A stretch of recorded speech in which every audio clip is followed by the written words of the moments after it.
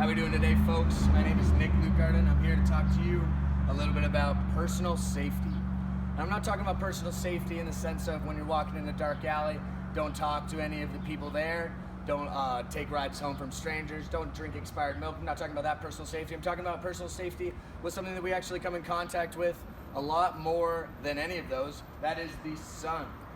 The sun can be very harmful to your skin if not properly protected. People might think, okay, well, if the sun's if the sun's that much of an issue, then maybe I'll just stay inside, or maybe I'll just be fully clothed.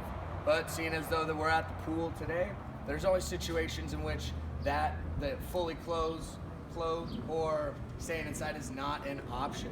So with that in mind, we have to understand that the sun can actually be very damaging to our skin, and that's what we need to protect. So we're going to talk today a little bit about protecting your skin from the sun. We're going to talk about what the impact of the sun is on our skin. We're going to talk about choosing the proper protection products for our skin, and we're also going to talk about proper application of these products.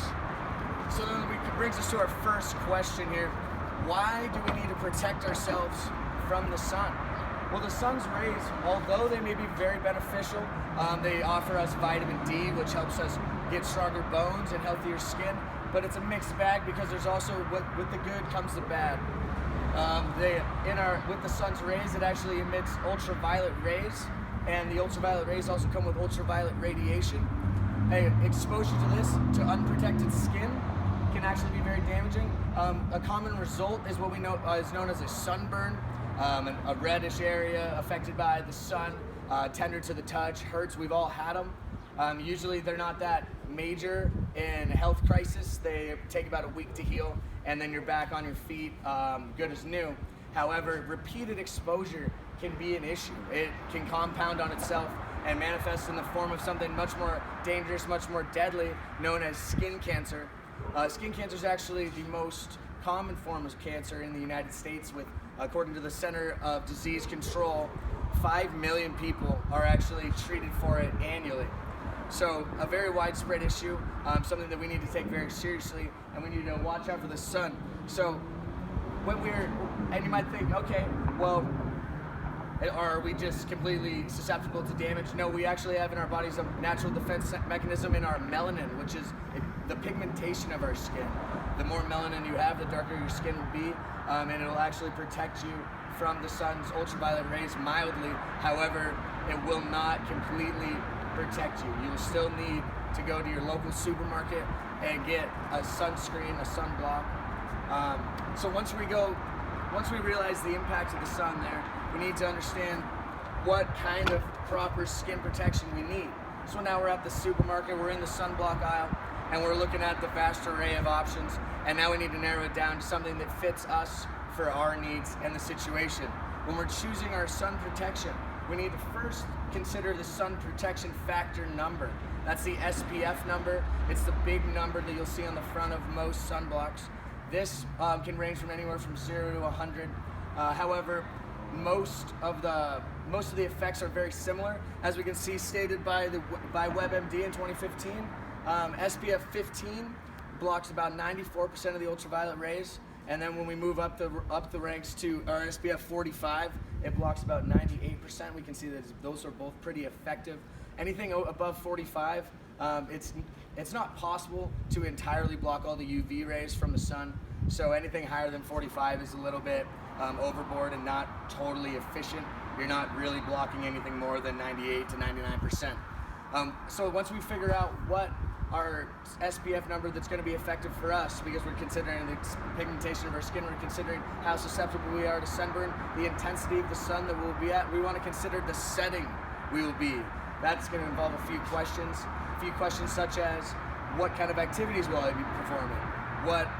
What environment will I be in? Will there be water? Will I be going in the water? All of these are different factors that certain benefits or certain products will have additional benefits that can cover these additional factors. You're wondering, well, how do I know which products are equipped for each situation? Well, that's easy to read the label. If you read the label on your sunblock that you've selected, From there, you'll be able to see the additional benefits offered, whether or not it's waterproof, whether or not it's sweat-proof, whether or not it's a spray or it's a cream. That's different applications for different preferences or different use types. But with all this in mind, you're able to custom tailor a sun protection to your needs for the situation that you will be in the sun. So now we've already selected our proper protection. Now the next step in the process is actually applying the protection. The proper application of the sunscreen is very essential to actually effectively protecting yourself from the UV rays. The question is how to properly apply it. First thing we should consider is the type of application that we have purchased, whether or not it's a spray, whether or not it's a cream. And for this, obviously the spray, we will want to spray it on ourselves with the cream. And it's easiest to place it in your hands, and then from there you can disperse it on your body. What you do not want to do is miss parts that will be exposed. You need to cover all parts of your body, all parts of your skin that will be exposed or may be exposed to direct contact with the sun. This means your face. You can't forget about the back of your neck, your back. Hard to reach is the upper thighs. Maybe your swimsuit will move, and your thighs will be susceptible to the UV rays of the sun.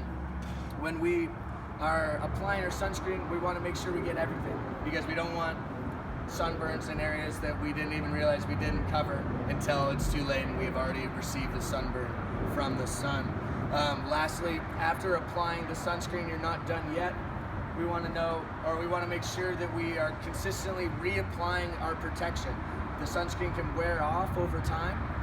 It'll say on your label, you'll be able to look and see the duration of the protection around the approximation, but it usually helps to reapply your sun protection every 1 to 2 hours. So then that can ensure that your body is fully protected from the UV rays of the sun and that we are not endangering our skin. So now that we've properly applied, we're all set and ready to be protected in the sun. We've learned about the impacts of the sun. We learned about the ultraviolet rays that can damage our skin, so that we need to protect them. We learned that there's multiple different protection agents, which one and how to decide which one is best for us, and the different attributes associated. And then we also never want to forget proper application and reapplication. We want to make sure that we have every part of our body and skin exposed, fully protected and covered with the sunblock, to make sure that we stay sunburn free and we can keep shining on like the sun that we're hanging out in. Thank you very much for your time. You guys were great. I appreciate you, and stay classy.